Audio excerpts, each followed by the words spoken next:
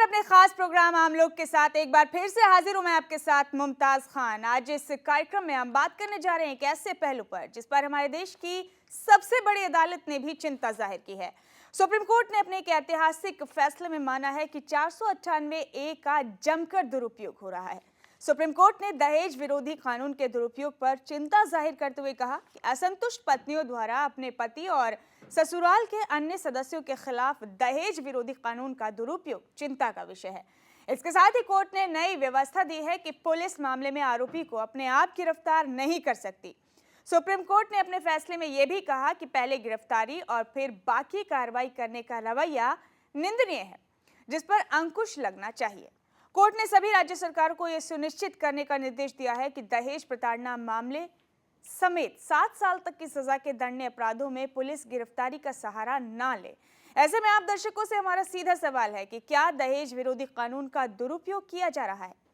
दहेज विरोधी कानून का दुरुपयोग ना हो, इसके लिए इसमें बदलाव लाने की जरूरत है। जी हाँ, ये है वो सवाल जो आप दर्शकों से पूछ रहे हैं हम इस शो के जरिए। अगर दहेज विरोधी कानून में बदलाव आता है तो ये किसके हक में होगा? इसके अलावा दहेज विरोधी कानून में बदलाव लाने से इसका दुरुपयोग रुक सकेगा क्या? आप क्या सोचते हैं इस पर? हमें अपनी राय जरूर दें। हमारे फोन नंबर्स हैं 0120-477-917 और 918।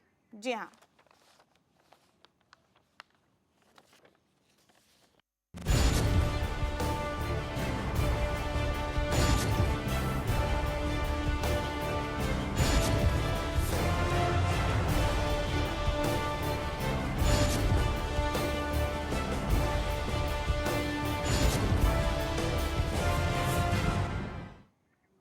तो महिलाओं के हक के लिए, महिलाओं की सुरक्षा के लिए बनाई गई धारा 498A का जमकर दुरुपयोग हो रहा है। दरअसल यही हमारा आज का मुद्दा है और इसी मुद्दे के तमाम पहलुओं पर खास चर्चाएं भी हम करेंगे। हमारे साथ इसी पर चर्चाओं में शामिल होने के लिए दो खास मेहमान भी स्टूडियो में मौजूद हैं। आइए आपकी मुलाकात कराते हैं। पहले मेरे साथ हैं स्वरूप सरकार साहब, आप सेव फैमिली फाउंडेशन के फाउंडर मेंबर हैं। बहुत बहुत स्वागत है आपका हमारे इस खास पेशकश पर।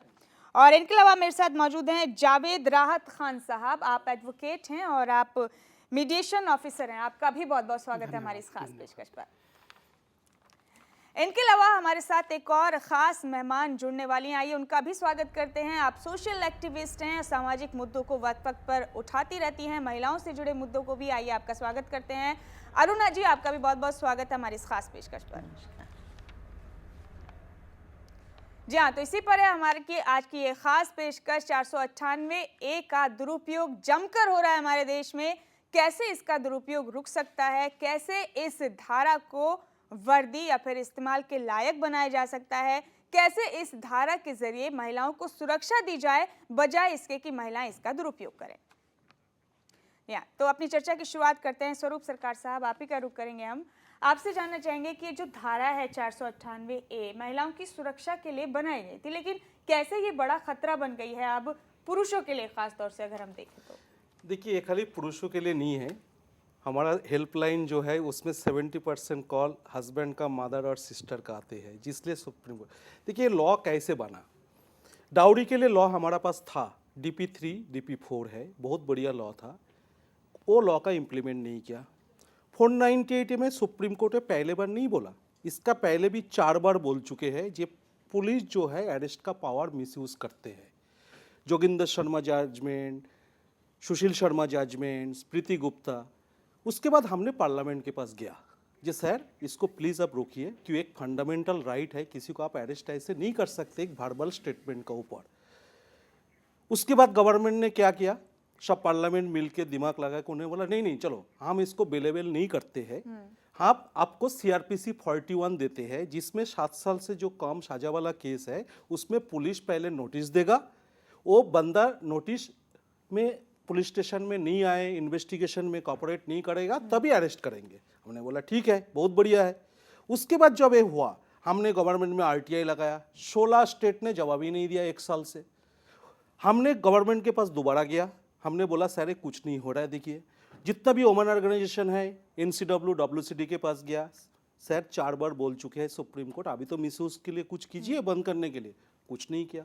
तो ये केसेस में जब हमारा मेंबर्स लोग, हमारा टीम, हैदराबाद टीम जब सुप्रीम कोर्ट में पहुंचे, हम ये सब तथ्य जो है सुप्रीम कोर्ट का सामने रखे। हमने बोला देखिए, जैसे 498 एक लॉ बनाया, डाउरी एक लॉ बनाया, लॉ ऑफ द लैंड है, ये CRPC 41 ये भी तो एक लॉ है ना, लेकिन ये लॉ का कोई पालन नहीं कर रहा है सर। इसका मतलब कोई इंस्ट्रक्शन भी इशू नहीं किए गया।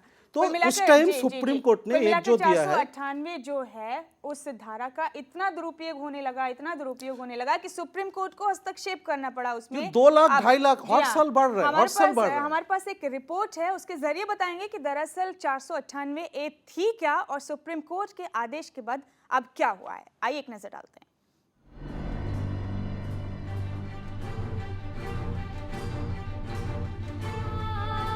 बेबस महिलाएं दहेज की आग में न जले, इसके लिए देश में सख्त कानून बनाया गया। दहेज के खिलाफ जंग लड़ने में ये दहेज विरोधी कानून एक बड़ा हथियार जरूर साबित हुआ, लेकिन इसका दुरुपयोग भी जमकर हुआ। कई बेकसूर लोग आए दिन इस कानून की भेंट चढ़ रहे हैं। यही वजह है कि अब ये कानून सुप्रीम कोर्ट के लिए चिंता का सबब बन गया है। सुप्रीम कोर्ट के मुताबिक कई मामलों में दहेज विरोधी कानून का गलत इस्तेमाल किया जा रहा है। इसीलिए सुप्रीम कोर्ट ने आदेश दिया है कि दहेज उत्पीड़न के केस में आरोपी को तुरंत गिरफ्तार नहीं किया जाए, बल्कि जरूरी होने पर ही किया जाए। सुप्रीम कोर्ट ने इस बात को लेकर भी अफसोस जताया है कि दहेज के 93% मामलों में सिर्फ 15% पर ही दोष साबित हुआ है और कई आरोप झूठे साबित हुए हैं। सुप्रीम कोर्ट का मानना है कि क्योंकि दहेज प्रताड़ना से जुड़ा मामला गैर जमानती है, इसीलिए लोग इसे हथियार बना लेते हैं। हालांकि दहेज प्रताड़ना कानून इसलिए बनाया गया कि महिलाओं को प्रताड़ना से बचाया जा सके, लेकिन कई बार लोग इसे बचाव की बजाय गिरफ्तारी के हथियार की तरह इस्तेमाल करते हैं। सुप्रीम कोर्ट के मुताबिक साल 2012 में धारा 498A के तहत 1,97,762 लोग गिरफ्तार किए गए। उनमें से करीब 1/4 मामलों में पतियों की मां और बहनों की भी गिरफ्तारी की गई। कई मामलों में पति के बिस्तर पकड़ चुके दादा दादी और विदेश में रहने वाली बहन तक को निशाना बनाया जाता है, जो कि गलत है। बहरहाल दहेज विरोधी कानून के दुरुपयोग को देखते हुए सुप्रीम कोर्ट की चिंता जाहिर सी बात है। ऐसे में बड़ा सवाल ये कि क्या वाकई इस कानून में कुछ बदलाव लाने की जरूरत है, और अगर इसमें बदलाव आता है तो वो किसके हक में होगा। Bureau report.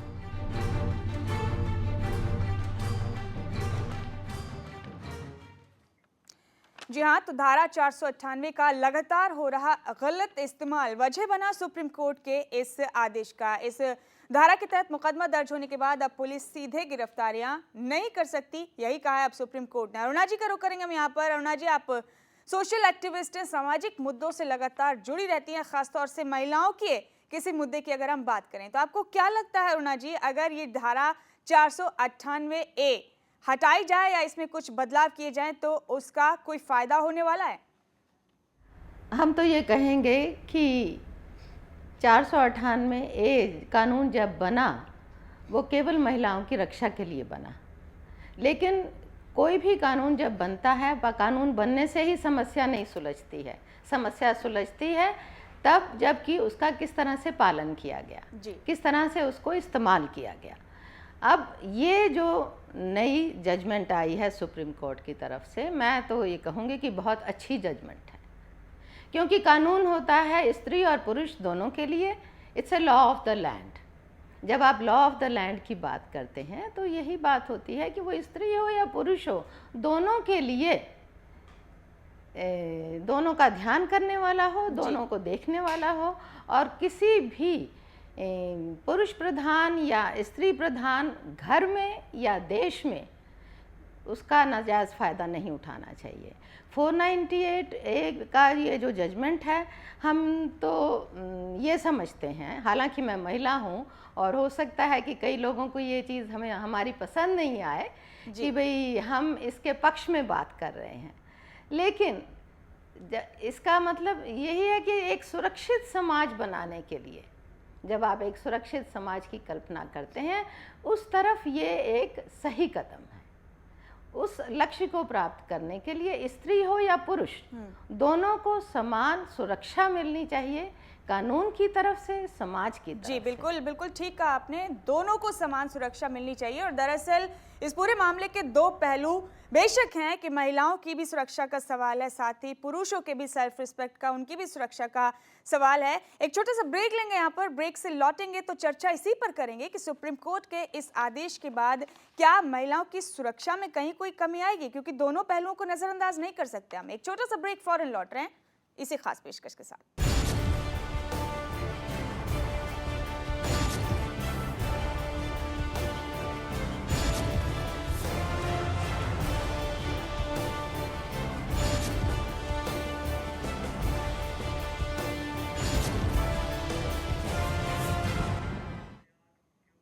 और आइए जानते हैं कि इस धारा पर, इस कानून पर आम जनता की क्या राय है इस देश की। आइए सुनते हैं। मुझे तो इस आज कोर्ट के इस आदेश का मैं स्वागत करता हूँ। इस टाइप का आदेश करके आज जो गलत, जो नाजायज डिसीजन हो रहे थे वो इसमें काफ़ी हद तक सही होंगे। सुप्रीम कोर्ट को धन्यवाद है कि उन्होंने इस विषय पर काम करने की कोशिश की, लेकिन सुप्रीम कोर्ट को ये बोलने के पहले ये सोचना था कि जब ये कानून नहीं आया था तब दहेज मांगने वालों की जनसंख्या कितनी थी। 100% मिसयूज होता है। 90% पक्ष तो हमेशा महिलाओं के अंदर में जाता है।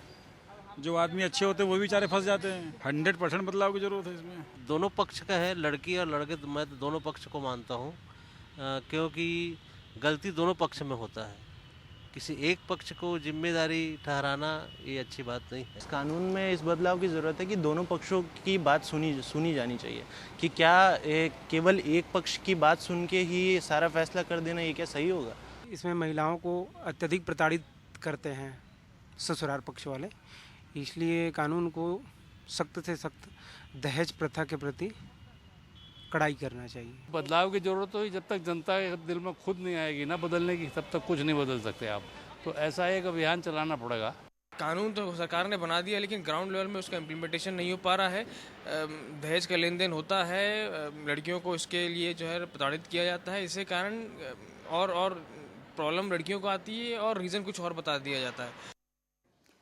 तो ये थी आम लोगों की राय धारा 498A पर और सुप्रीम कोर्ट के इस नए डिसीजन पर जो सुप्रीम कोर्ट ने की है धारा 498A पर। मेरे साथ जावेद राहत साहब खान मौजूद हैं, आप एडवोकेट हैं, साथ ही आप मीडिएशन ऑफिसर भी हैं। जावेद साहब, सुप्रीम कोर्ट का जो डिसीजन आया है इस धारा पर, आपको क्या लगता है इस डिसीजन के आने के बाद क्या कुछ बदलाव आ पाएगा? अभी किन दिक्कतों का सामना करना पड़ता है? मैं निश्चित रूप से इस जजमेंट का बहुत स्वागत करता हूं, क्योंकि ये समय की आवश्यकता भी है कि ये जो कानून है, जब जो भी कानून होते हैं, अगर उससे हमें ऐसा लगे कि समाज में असमानता बढ़ रही है तो उसको समीक्षा उसकी ज़रूर होनी चाहिए।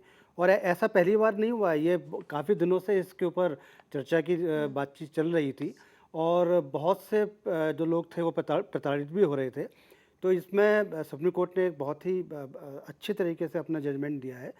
अच्छा, एज ए मीडिएशन ऑफिसर मेरी अपनी राय है, हालांकि मेरी जो मीडिएशन ऑफिसर है उसके तौर पे जो जिम्मेदारी होती है उसमें यही होता है कि दोनों पक्षों को बुलाकर और ये समझा जाए कि समस्या की जड़ क्या है। कभी कभी ऐसा होता है कि समस्या कुछ और होती है, उनके बीच में कुछ भावनात्मक कुछ परेशानियां होती हैं, कुछ और मुद्दे होते हैं, लेकिन उसको हथियार के तौर पे इस्तेमाल करने के लिए इस धारा का इस्तेमाल अभी जो बदलाव हुआ है इस धारा में, इस कानून में, उसके बाद महिला सुरक्षा पे कोई फर्क पड़ने वाला है इससे, आपको लगता है? हाँ, देखिए, वैसे भी अगर हम इस चीज़ को मान के चलें तो इन्वेस्टिगेशन तो होना भी चाहिए और वो निष्पक्ष होना चाहिए। इस पे किसी की भी राय कभी ये नहीं हो सकती कि नहीं जांच नहीं होनी चाहिए, तो जांच होनी चाहिए और निष्पक्ष जांच के लिए ही सुप्रीम कोर्ट ने कहा है। उसने ये नहीं कहा है कि किसी भी तरह से मतलब कि अगर महिला ने कोई शिकायत की है तो उस पर जांच ना की जाए या कुछ ना किया जाए। स्वरूप सरकार साहब, बिल्कुल यहाँ पर ये भी सवाल बनता है फिर, क्योंकि महिलाओं के लिए एक वेपन था, ये एक हथियार था जो अब एक तरीके से उतनी शिद्दत के साथ उनके पास नहीं है, तो महिला सुरक्षा पे सवाल भी उठता है इससे। एक लॉ था टाडा पोटा, आप भी जानते थे, टेररिज्म रोकने के लिए बनाया गया था। टेररिज्म रोका था। ये जो लॉ आपने बनाया गया है, देखिए जो सही है, आपके पास डाउरी हैरेसमेंट के लिए DP3 DP4 लॉ है, इस्तेमाल कीजिए उसका। लेकिन इसमें क्या होगा, जो लोग भारबाल स्टेटमेंट में बिना कोई एविडेंस का लोगों को फंसा देते थे, हाँ, उनके लिए तो परेशानी होगा, लेकिन जिनके पास एविडेंस है उनके लिए दरवाजा खुला। इवन सुप्रीम कोर्ट ने ये भी बोला, देखिए सुनिए, CRPC 41 बहुत इंपॉर्टेंट है। सपोज किसी को अरेस्ट नहीं करते हैं तो भी पुलिस को मजिस्ट्रेट को रीजन रखना पड़ेगा। सपोज लड़की कंप्लेंट किया, उसके पास एविडेंस है, उसका भी हक है पुलिस वाले को और जज को पूछने का, मेरा पास एविडेंस है, बिल्कुल एविडेंस है, क्यों अरेस्ट नहीं किया? तो ये नहीं है कि अरेस्ट करना है नहीं करना है, दोनों चीज मेंशन करना पड़ेगा। बिल्कुल, जब चोरी डकैती होती है तो सबूत ढूंढे जाते हैं, कत्ल भी होता है तो हथियार जब्त किए जाते हैं। महिलाओं के मामले में बस आपने बोल दिया, तो ये जो वर्बल स्टेटमेंट के ऊपर कोई भी लॉ क्रिमिनल बना देंगे तो मिसयूज होगा।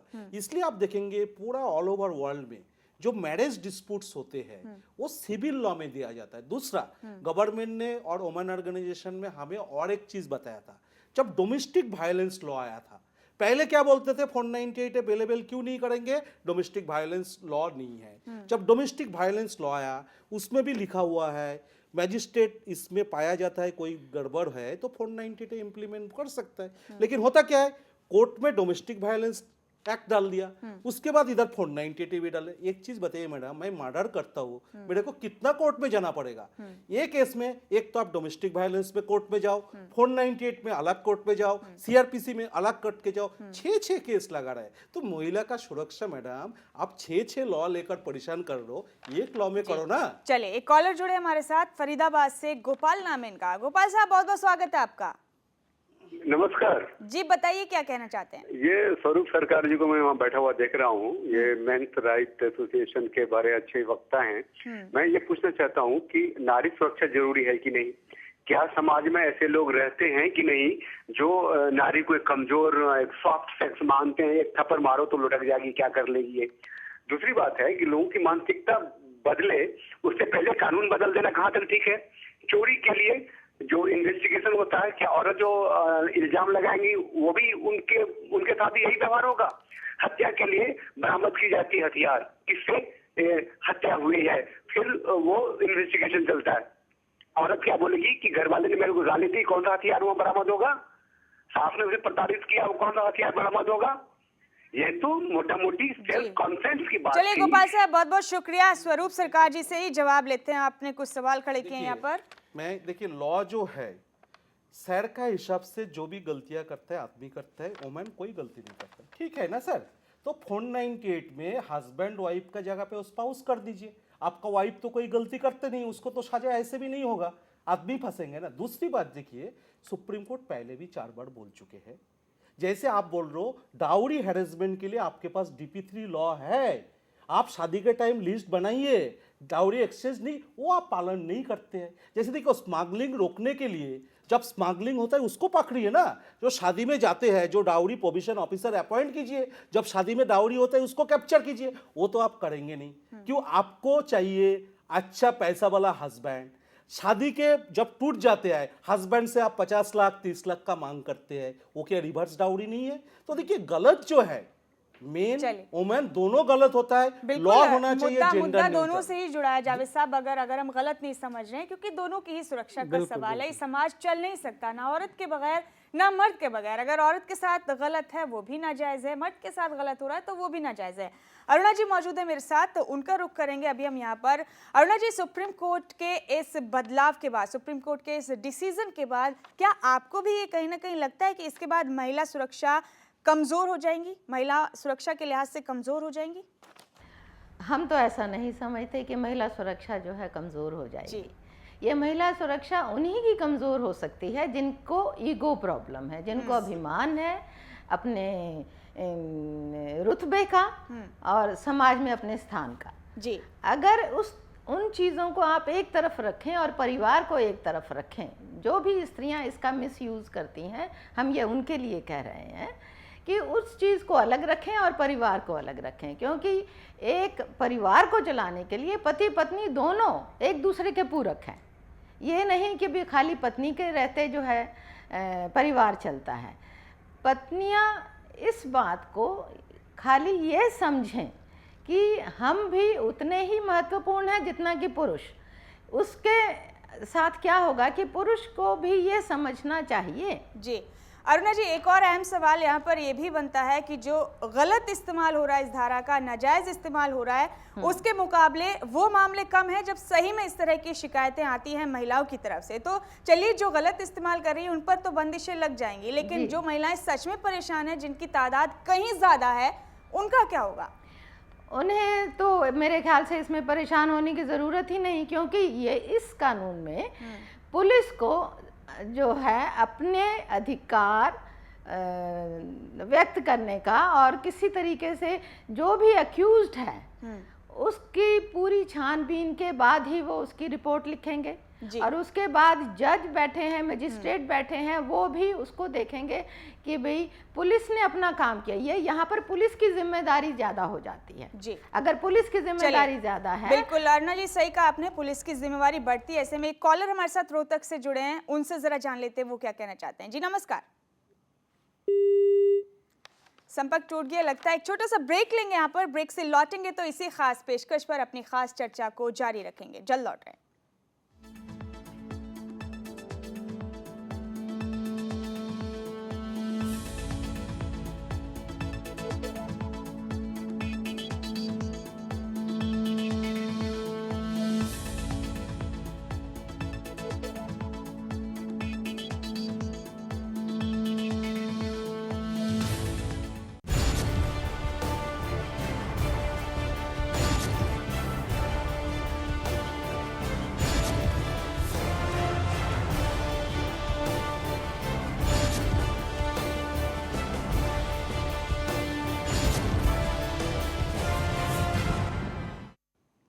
ब्रेक के बाद बहुत बहुत स्वागत है आपका हमारी इस खास पेशकश में। और इससे पहले कि अपनी इस चर्चा को आगे बढ़ाएं, आइए कुछ और जानकार लोगों की राय आपको सुनवाते हैं। आज सिर्फ डाउरी केसेस में ही नहीं, और भी बहुत सारे केसेस में हम देखते हैं कि पुलिस एफआईआर रजिस्टर करने के बाद तुरंत जिसके खिलाफ भी आरोप होते हैं उनको अरेस्ट कर लेती है, जबकि सुप्रीम कोर्ट ने कहा हुआ है कि अरेस्ट तभी होना चाहिए इन्वेस्टिगेशन के दौरान अगर या तो ये खतरा हो कि अक्यूज भाग जाएगा, ट्रायल नहीं फेस करेगा, इन्वेस्टिगेशन नहीं फेस करेगा, या फिर एविडेंस को मिटा देगा।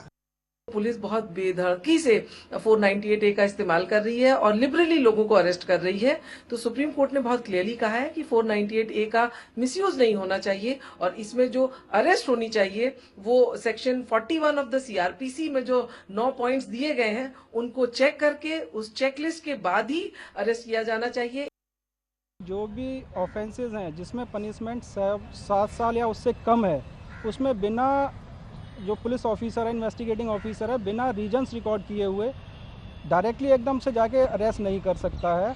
और कोर्ट ने ये भी कहा है कि अगर उस रीजंस को जो मजिस्ट्रेट कोर्ट है वो कंसीडर करेगा, उसे लगता है ये रीजंस वैलिड हैं, तभी अरेस्ट के लिए परमिशन दे सकता है।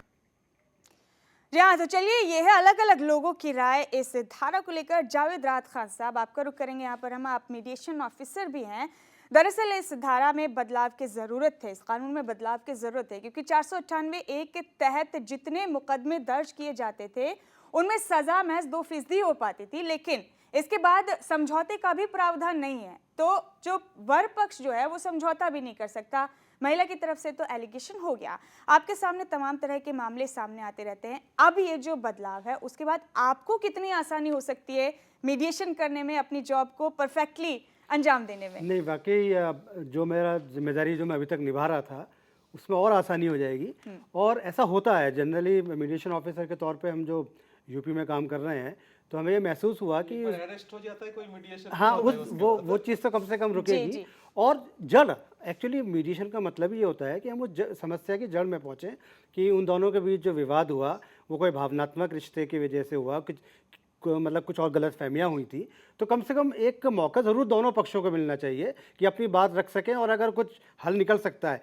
क्योंकि देखिए भारत में क्या है कि संस्कारों की भी बहुत इंपॉर्टेंस होती है, भारतीय संस्कृति है, हम उसकी दुहाई देते हैं। अब जनरली होता क्या है कि अगर किसी परिवार से ये कहा जाए कि आपने ये दहेज दिया ही क्यों, तो दहेज की जो पिटिशंस होती है उसमें लिखा हुआ होता है कि हमने अपनी हैसियत से बढ़ के दिया। तो हर चीज़ का एक क्राइटेरिया भी होना चाहिए। अगर एक कानून में ये है कि दहेज लेना अपराध है तो देना भी अपराध है, तो जाहिर है कि उसकी इन्वेस्टिगेशन भी होनी चाहिए कि आपने दहेज दिया ही क्यों। अगर ऐसी जगह आपको लग रहा था कि भाई दहेज मांगने की बात है तो आपको शादी नहीं करनी चाहिए। बल्कि इसमें मैं एक व्यवहारिक एक उदाहरण देना चाहूँगा, या एक व्यवहारिक उसका हल है कि जो हर शादी को एक रजिस्ट्रेशन के प्रोसेस से आप कनेक्ट कर दीजिए और वहाँ पर उनसे शपथ पत्र लीजिए और बाकायदा इस चीज़ की गारंटी हो कि वहाँ वो लिख के दें ना दहेज लिया जाएगा ना दहेज लिया जा रहा है। मतलब वो एक एटलीस्ट वहाँ तो उसका घोषणा पत्र हो जाएगा। तो बाद में जो वो समस्या आती है कि साहब हमने ये लिस्ट दी थी और हमारे इतना सामान था, वो आप उसी वक्त दीजिए अपने घोषणा पत्र में। जैसे आज का इलेक्शन लड़ने से पहले कम से कम आप जो नेता हैं उनसे ये पूछ लेते हैं कि आपकी कितनी संपत्ति है, क्या है, कैसे करेंगे, ऐसे उन लोगों से किया जाए। स्वरूप सरकार जी आपके पास आएंगे, हम आपके पास आएंगे। अभी अरुणा जी का रुख कर लेते हैं यहाँ पर।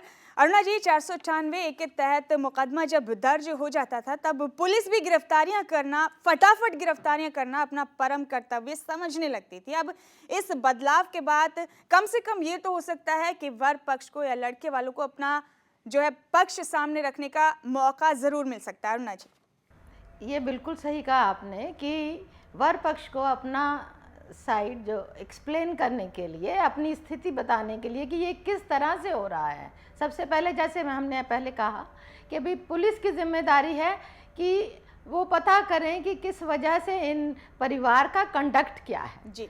अगर परिवार का आचार व्यवहार बिल्कुल ठीक है तो उसके हिसाब से वो अपनी एफआईआर जो है दर्ज करेंगे और वो एफआईआर जब मजिस्ट्रेट अप्रूव करेगा उसी के बेस पे जो गिरफ्तारी होगी वही सही है।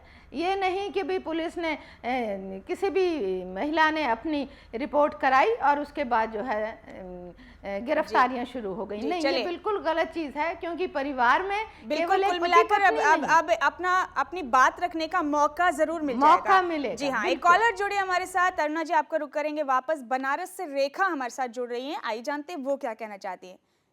नमस्कार रेखा जी। हाँ जी मैडम जी, नमस्ते जी। जी, मुझे ये कहना है कि हम औरतों के पास एक ही कानून था, इसको भी सुप्रीम कोर्ट ने हटा दिया जी। तो अब हम कहाँ जाएंगे? अब जो हमें पति थप्पड़ मारता है, सास गालियाँ देती हैं, ससुर प्रताड़ित करते हैं, इनका हम सबूत कहाँ से इकट्ठा करेंगे? रेखा जी, शायद आपको मालूम नहीं है कि इस कानून को हटाया नहीं गया। जी हाँ, इसमें कुछ बदलाव किया गया है क्योंकि नाजायज इस्तेमाल ज्यादा हो रहा था इसका, महिलाओं ने गलत इस्तेमाल करना शुरू किया था। होता है जो मुंह से गाली गलौज होते हैं, इसका सबूत हम कहाँ से लाएंगे? जी, चलिए आपकी समस्या के हल स्वरूप सरकार जी के पास लेकर जाते हैं। हम आपका सवाल उनसे जानते हैं। जो बोल रहे हैं, देखिए गाली गलौज जो है आप भी तो करती होंगी ना, उसका सबूत आपका हस्बैंड कैसे ले आएंगे कि उनका सास बहन किधर से ले आएंगे? देखिए गाली गलौज अलग चीज है। 498 बनाया गया है जिसका मकसद था आपको पर इतना अत्याचार हुआ जो आप मरने वाले हैं, वो एक्सट्रीम सिचुएशन में गाली गलौज। इसके लिए madam domestic violence act law आपके लिए बना है। आप तो गाली दे देंगे हस्बैंड को, हस्बैंड के लिए कोई लॉ नहीं है। आपके पास डाउरी एक्ट है, डोमेस्टिक वायलेंस एक्ट है, सीआरपीसी 125 है, सेक्शन 24 है। हस्बैंड के पास कुछ भी नहीं है। इस केस में ये बोला आपने कोई केस दर्ज कर दिया तो आप उसको सबूत और विटनेस ले आइए, नहीं तो उसको अरेस्ट मत कीजिए। आपका केस रजिस्टर होगा, उसके बाद पुलिस क्या करेगा, इन्वेस्टिगेट करेगा, आपको भी मौका मिलेगा आपका स्टेटमेंट देने के लिए। उसके बाद आपका स्टेटमेंट सही पाया जाए तो डेफिनेटली उनको सजा होगा। लेकिन पहले क्या हो रहा था, आपने जो बोल दिया पुलिस ने रजिस्टर कर लिया, हस्बैंड को और उनका फैमिली को अरेस्ट कर लिया, उसके बाद कोर्ट में जाके हस्बैंड एविडेंस दिया, कोर्ट बोला नहीं नहीं ये गलत है। इसलिए आप देखेंगे 93% चार्जशीट, मतलब वो कॉपी पेस्ट करके आपने जो बोला कोर्ट में वही सबूत दे दिया। हस्बैंड का तरफ से सबूत तो कोई दिया नहीं। जब वो बोला कोर्ट में जाके दो, हस्बैंड जब कोर्ट में गया 5 साल 10 साल वो लड़ाई किया, कोर्ट उसको मुक्त कर दिया। लेकिन वो चीज जो है अभी पुलिस लेवल में होगा तो कोर्ट में जाके जो जेन्युइन केस है वो जेन्युइन केस को ज्यादा मतलब कोर्ट उसको सजा देंगे। लेकिन आप झूठा केस करेंगे तो नहीं होगा ना। सुप्रीम कोर्ट के इस आदेश के बाद कम से कम ये तो नहीं रहा कि 498 मुकदमा दर्ज होने के बाद पहले सिर्फ एक ही चारा था कि मुकदमे का सामना करे, क्योंकि समझौते का तो प्रावधान ही नहीं था। जावेद खान साहब आपका रुख करेंगे यहाँ पर। हम पुलिस की हमने बात की, पुलिस फटाफट गिरफ्तारियां करने लगती है क्योंकि यही काम होता था पुलिस का। उसके बाद इस बीच रिश्वत भी बहुत बढ़ी इन मामलों में। एक कॉलर ले लेते हैं खान साहब, उसके बाद आपका रुख करेंगे। मनोज जुड़े हमारे साथ। जी मनोज साहब नमस्कार। नमस्कार मैम जी, क्या कहना चाहते हैं मनोज जी? मैम मैं ये कहना चाहता हूँ कि आजकल जो महिलाओं के प्रति जो अपना कानून बना है इसका मिसयूज ज्यादा हो रहा है। जी, इसीलिए सुप्रीम कोर्ट ने एक आदेश दिया है, कुछ बदलाव किया है इस कानून में। आपको मालूम है ये चीज? यस मैम, क्योंकि अगले मतलब वर्ग का जो पक्ष होता है उसको भी लेने का अधिकार होना चाहिए। जी, तो आप मानते हैं कि सुप्रीम कोर्ट का ये आदेश बहुत बढ़िया रहा? Yes ma'am, yes ma'am. जी, चलिए बहुत बहुत शुक्रिया कॉल करने के लिए जावेद खान साहब। आपका रुख करेंगे वापस हम। जैसे कि मैंने बताया कि गिरफ्तारियां करने लगती है पुलिस, इस बीच रिश्वत का ट्रेंड कुछ ज़्यादा ही बढ़ा, क्योंकि गैर जमानती धारा है, जमानत भी नहीं होती है इस धारा में। तो एक बार मुकदमा दर्ज हो गया तो समझिए आप मुकदमे का ही सामना करते रहेंगे उसके बाद लगातार कई सालों तक। तो अब इस पर भी कहीं ना कहीं अंकुश लगने के चांसेस बहुत ज़्यादा हो गए कि रिश्वतखोरी कम हो जाएगी, कम से कम। बिल्कुल हो जाएगी। एक्चुअली क्या है कि अगर सही तरह से जांच होगी और सही तथ्यों के साथ कोई भी मामला, मैं इसमें भी नहीं हूँ कि जो लेडीज़ हैं उनके साथ कोई अन्याय हो, या मतलब ख़ास तौर से पत्नियों के साथ अगर उनके साथ वाकई अन्याय, मतलब उनके साथ दहेज के संबंध में प्रताड़ना की गई है, तो उसमें उनको पति और उनको सज़ा मिलनी चाहिए। लेकिन सही लोग, मतलब जो वाकई अभियुक्त हैं, जिन्होंने अपराध किया है, उनको सज़ा मिलेगी तो उससे समाज में अच्छा संदेश जाएगा। नहीं तो होता क्या है, ज़्यादातर मामलों में आज परिवार टूटने की नौबत आ रही है और इस चीज़ को हमें रोकना है। परिवार बचाना जो है वो एक हम लोगों का अहम उद्देश्य होना चाहिए और शायद सुप्रीम कोर्ट ने इसी दिशा में सोचकर ये वाला इम्पोर्टेंट जजमेंट दिया है। इसके पहले भी इलाहाबाद हाई कोर्ट ने भी इस तरह की जजमेंट दिए हैं। अब क्या है, यूपी में तो एंटीसिपेटरी बेल ही नहीं थी, तो उसमें होता क्या था कि आप सीधे हाई कोर्ट ही आप अप्रोच करेंगे और हाई कोर्ट के अप्रोच के बाद ही उसमें आपको कुछ राहत मिल पाती थी जो पुरुष होते थे। तो अब कम से कम एक नौबत ऐसी आएगी। हालांकि बीच में मजिस्ट्रेट लेवल पर भी ये हो गया था कि अगर ज़मानत के लिए, ज़मानत से पहले तो मीडिएशन ही होता था और मीडिएशन के बाद अगर ज़मानत एप्लीकेशन मूव की जाती थी तो उसमें वो फिर दोबारा मीडिएशन के लिए भेज सकते थे या इंटरिम ज़मानत का भी प्रावधान किया गया था। तो यूपी में हालांकि मैं समझता हूँ थोड़ी राहत थी अभी तक और इससे और ज़्यादा राहत हो जाएगी। जी, चलिए अरुणा जी का रुख करेंगे यहाँ पर हम। अरुणा जी, आपसे जानना चाहेंगे कि महिलाओं ने गलत इस्तेमाल किया इस कानून का, कई छोटी छोटी चीज़ें हुई घर में, उसे लेकर भी 498A दर्ज करा दिया। यही वजह रही कि सुप्रीम कोर्ट को ये आदेश अब देना पड़ा। आपको क्या लगता है अरुणा जी, अगर छोटी चीज़ों की बजाय वाकई जब उनके साथ इतना गलत हो रहा हो कि बर्दाश्त से बाहर हो रहा था, वो चीज़ें झेल नहीं पा रही थी, तब इस धारा का इस्तेमाल करना चाहिए था? क्योंकि जैसे स्वरूप सरकार जी ने बताया, इससे पहले और धाराएं हैं, डोमेस्टिक वायलेंस एक्ट है, डाउरी एक्ट है, उनका इस्तेमाल करने के बजाय सीधे 498A पर आ गई। अरुणा जी, देखिए, घर में तो बहुत सी बातें होती हैं, कोई कहीं पत्नी ठीक है तो कहीं पति ठीक है, लेकिन ये इसका मतलब नहीं है कि दोनों एक दूसरे के साथ रह नहीं सकते या एकदम 498A जो है खाली इसका सॉल्यूशन यही है। ऐसा नहीं होता है, क्योंकि औरत को तो वैसे भी सहन शक्ति की सीमा माना गया है। अगर औरत सहन शक्ति की सीमा है, लेकिन अगर लोगों के बहकावे में आकर वो किसी भी तरह का गलत कदम उठा लेती है, तभी जो है ये गलत मामले, जो झूठे मामले हैं, वो कोर्ट में आते हैं।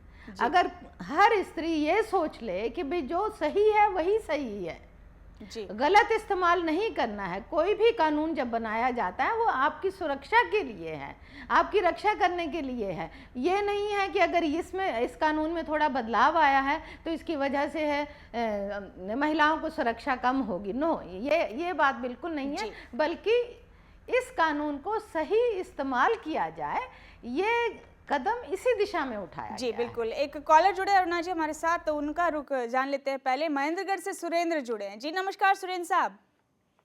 हाँ जी, राम राम। मैम जी, क्या कहना चाहते हैं आप? मैं ये कहना चाहता हूँ। जी बोलिए। हाँ, सुरेंद्र जी, अपनी टीवी की आवाज आप कम कर लें, तभी बातचीत हो पाएगी। हाँ, टीवी की बोल रहा हूँ जी। मैं ये कहना चाहता हूँ कि ये जो नया जो कानून पास किया है, बहुत अच्छा किया है जी। तो आप खुश हैं सुप्रीम कोर्ट के इस आदेश के बाद? चलिए सुरेंद्र साहब, बहुत बहुत शुक्रिया आपका हमारे साथ जुड़ने के लिए। तो ज़्यादातर लोग मानते हैं कि सुप्रीम कोर्ट ने सही फैसला किया है, क्योंकि इस कानून का दरअसल कुछ ज़्यादा ही गलत इस्तेमाल हो रहा था। एक छोटा सा ब्रेक ले रहे हैं हम यहाँ पर, फौरन लौट रहे हैं इससे खास पेशकश के साथ।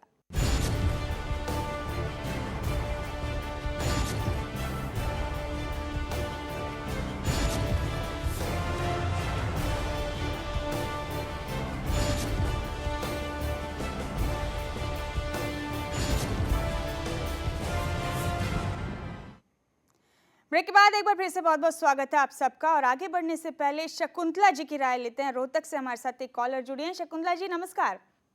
हाँ नमस्कार मैडम। जी क्या मैडम बहुत ही अच्छा किया है ये कानून में बदलाव करके कोर्ट ने।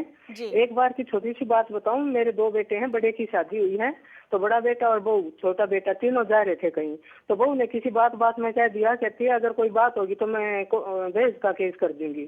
तो मेरे बच्चे बहुत लाइटली लेते हैं इन चीजों को जी। और फिर भी हमारे लिए कोई मायने नहीं जी रखता। शकुंतला जी, एक महिला होकर आप मान रही हैं कि ये जो आदेश आया सुप्रीम कोर्ट का बिल्कुल सही आया, क्योंकि बड़े पैमाने पर गलत इस्तेमाल हो रहा था इस धारा का, इस कानून का। बहुत बहुत शुक्रिया शकुंतला जी आपका हमारे पास कॉल करने के लिए। स्वरूप सरकार जी आपका रुख करेंगे हम यहाँ पर, लेकिन उससे पहले जान लेते हैं कि दरअसल क्या है सुप्रीम कोर्ट का वो आदेश। आइए जानते हैं।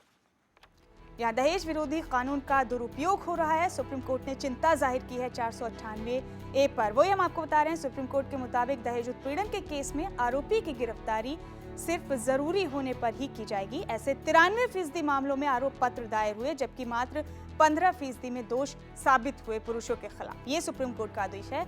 दहेज प्रताड़ना से जुड़ा कानून गैर जमानती है, इसलिए लोग इसे हथियार बनाने लगे हैं। दहेज प्रताड़ना कानून इसलिए बनाया गया है कि महिलाओं को प्रताड़ना से बचाया जा सके, लेकिन कई बार लोग इसे गिरफ्तारी का हथियार बना लेते हैं।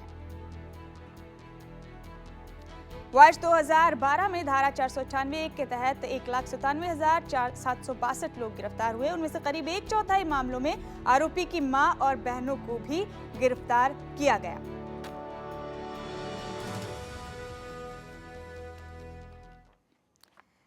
तो ये वो आदेश जो सुप्रीम कोर्ट ने दिए, दलीलें भी दी सुप्रीम कोर्ट ने कि आखिरकार क्यों बदलाव की जरूरत है। एक कॉलर ओम प्रकाश जुड़े हमारे साथ, उनका रुख कर लेते हैं पहले। ओम प्रकाश जी नमस्कार।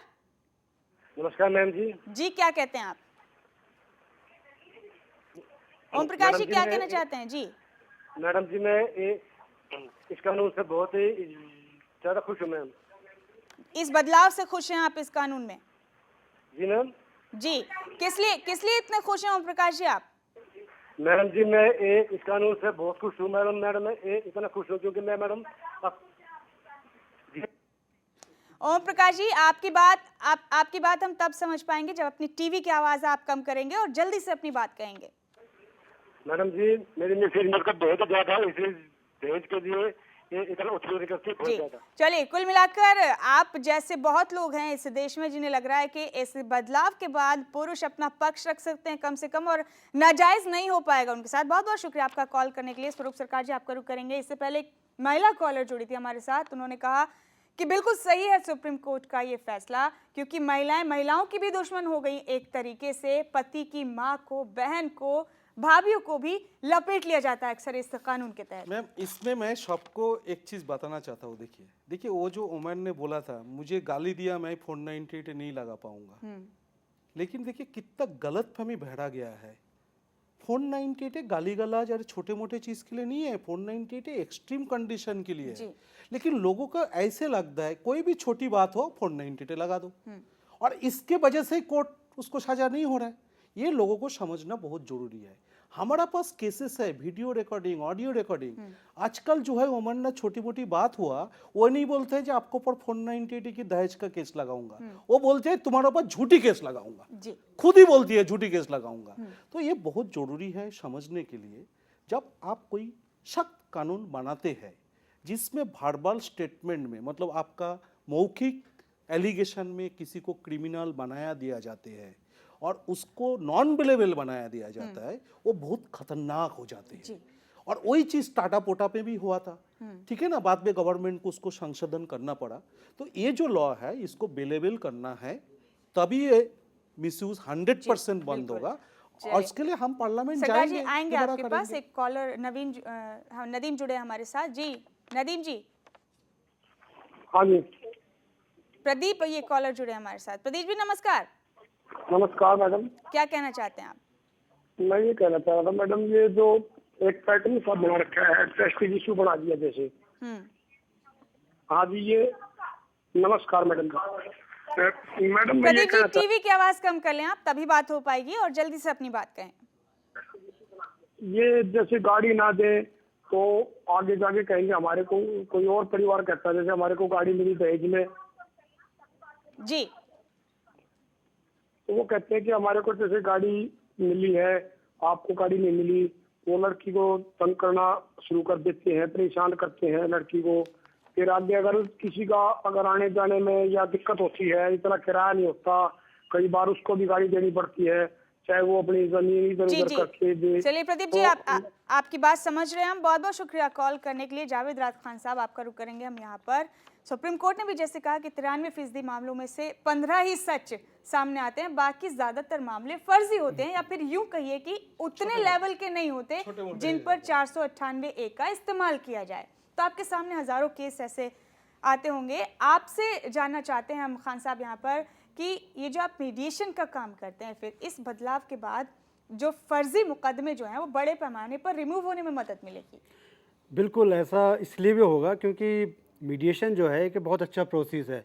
मेरा व्यक्तिगत तौर पे मानना ये है कि मीडिएशन प्रोसेस और मीडिएशन मूवमेंट को जितना आगे बढ़ाया जाएगा, इसमें और आगे चलकर इसमें जो साइकोलॉजिस्ट होते हैं उनकी मदद ली जा सकती है, या रिहेबिलिटेशन काउंसलर होते हैं उनकी मदद ली जा सकती है। इसमें एक वक्त मिल जाता है कि हो सकता है कि बड़ा छोटे छोटे से एग्जांपल होते हैं कि पति पत्नी में तकरार। खान साहब वक्त कम है। जब आप ये प्रोसेस पूरा करते हैं मीडिएशन का, तो जो पति जो है गिरफ्तार हो चुके हैं या उनके परिवार वाले, ऐसे लोगों में से कुछ आ पाए आपके? नहीं, एक्चुअली क्या होता है कि जो मीडिएशन प्रोसेस जो हमारे यहाँ यूपी में चल रहा है उसमें ये उस वक्त तक गिरफ्तार नहीं किया जाता है। ये गिरफ्तारी से और उससे पहले का एक प्रोसेस है कि अगर परिवार में कुछ और रीजंस हैं तो उनको पता करके उसके बारे में आपस में बातचीत कराकर उस परिवार को बचाया जा सके। उसके बाद जो प्रोसेस होता है वो पुलिस बाद में अमल में लाती है। चलिए, कुल मिलाकर आखिरकार इस फैसले पर आपकी राय क्या है, अगर हम चंद शब्दों में जाने तो? देखिए, मैं बहुत मध्यम वर्गीय राय दूंगा। मैं ये भी नहीं चाहूँगा कि वाकई जिनके साथ प्रताड़ना होती है कि उनको न्याय ना मिले, लेकिन जिनके साथ झूठे तौर पर, उसमें ख़ास तौर से जो मैं कहना चाहूँगा, सुप्रीम कोर्ट ने भी जहाँ इशारा करा है वो उन पे किया है जो बेड रिडन जो मतलब दादी दादा हैं या विदेशों में रहने वाली उनकी बहनें हैं, तो ऐसे लोग जिनका उस चीज़ से कोई ताल्लुक ही नहीं है, जो बिल्कुल अलग हो चुके हैं। अब होता क्या, जनरली हम लोग आजकल देखते हैं एक ट्रेंड कि बेदखली का ट्रेंड बढ़ गया। हाँ। यानी माँ बाप ने शादी करी और उसको बेदखल कर दिया जरा सी किसी बात पे। बच पाए। जी, तो कम से कम समाज में जो ये दरारें आ रही हैं, समाज आज भी, भारतीय समाज जो है वो पुराने हिसाब से संयुक्त परिवार के तौर पे रहना चाहता है। उसमें आर्थिक कठिनाइयाँ हो सकती हैं, लेकिन जो मानसिकता ये डेवलप हो रही है कि साहब हमें न्यूक्लियर फैमिली की तरफ, बिल्कुल सही कहा आपने। इस फैसले के बाद ये दरार जो बढ़ती जा रही थी, कम से कम उसको फिलअप करने में कुछ हद तक तो मदद मिलेगी। अरुणा जी, जाते जाते आपका भी रुख करेंगे यहाँ पर। एक बैलेंसिंग तरीके में आपकी राय जानना चाहेंगे, पुरुष हो या महिला, सुप्रीम कोर्ट के इस फैसले के बाद दोनों की सुरक्षा के लिहाज से क्या लगता है ये फैसला आपको? अरुणा जी। दोनों की सुरक्षा के लिए एक ही चीज़ बहुत सही होगी कि जब भी कोई परेशानी विवाहित बंधन में आती है, उस परेशानी को दोनों पार्टियां मिलकर म्यूचुअल अंडरस्टैंडिंग, म्यूचुअल एक्सेप्टेंस, एक दूसरे की बात का उसको समझें। जी। अगर दोनों पार्टियां आपस में मिलकर एक दूसरे की बात सुनेंगी, समझेंगी, तभी इस तरह के रिश्ते जो पारिवारिक सही कहा आपने, म्यूचुअल अंडरस्टैंडिंग बहुत जरूरी है। बहुत बहुत शुक्रिया अरुणा जी। स्वरूप सरकार जी, जाते जाते आपकी भी राय इस पर।